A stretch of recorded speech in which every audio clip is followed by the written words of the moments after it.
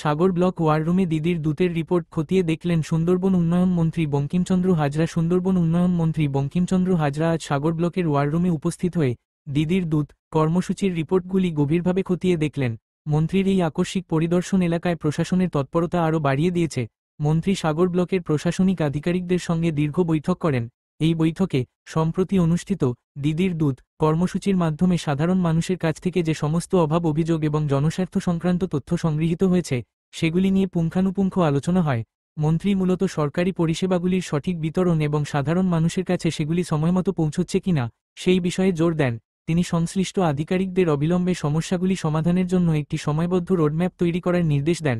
বিশেষ করে যে সমস্ত অঞ্চলে পরিষেবা পেতে বিলম্ব হচ্ছে বা যেখানে মানুষের অসন্তোষ বেশি সেগুলিকে অগ্রাধিকার দিতে বলা হয়েছে।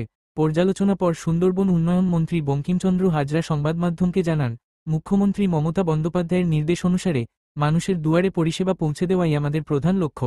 দিদির দূত কর্মসূচির রিপোর্টগুলি মানুষের আসল চাহিদা ও সমস্যাগুলি তুলে ধরেছে। কোথাও কোনো গাফিলতি বরদাস্ত করা হবে না। দ্রুততার সঙ্গে সমস্ত অভিযোগের নিষ্পত্তি করে রিপোর্ট জমা দিতে হবে। মন্ত্রী আরও বলেন, সুন্দরবন এলাকার উন্নয়নে রাজ্য সরকার বদ্ধপরিকর এবং এই ধরনের কর্মসূচির মাধ্যমে তিনি সরাসরি সাধারণ মানুষের সমস্যাগুলি জানতে পারছেন।